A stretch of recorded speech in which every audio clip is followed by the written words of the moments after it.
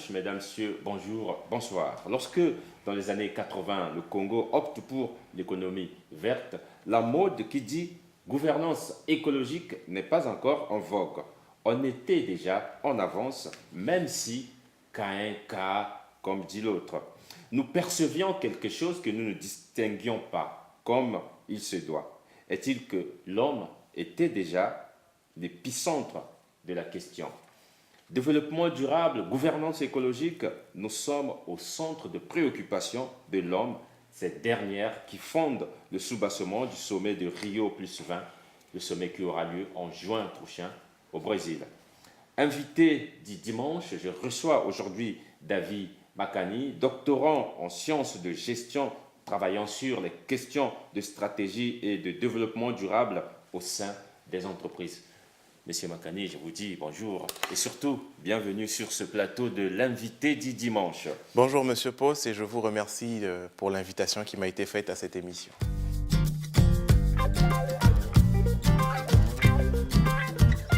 Peut-on, moi je vais droit, peut-on dire que le concept développement durable est nouveau? Le concept de développement durable n'est pas tout à fait nouveau. Tout à fait. Il n'est pas tout à fait nouveau. Oui. Il a une aura qui n'était pas celle d'hier, aujourd'hui, mais le concept de développement durable existe depuis plusieurs années. Il s'est inscrit dans une marche, dans un processus.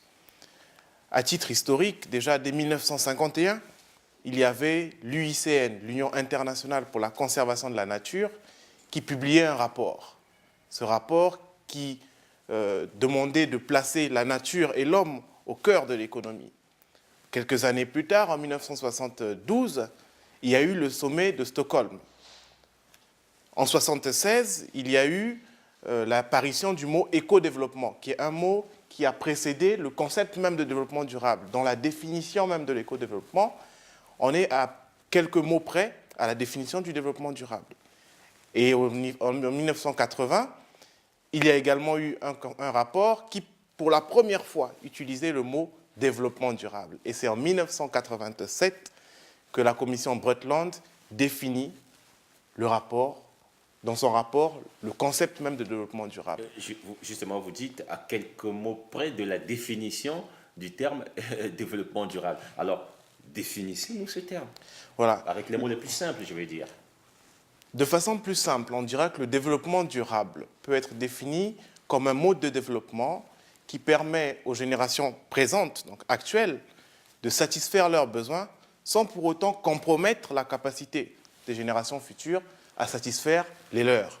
Donc il s'agit d'un mode de développement qui permette aux générations présentes, à vous, à nous, à nos parents, de satisfaire leurs besoins aujourd'hui, sans pour autant qu'en satisfaisant nos besoins, nous ayons à empiéter sur la capacité des générations futures à satisfaire leurs besoins.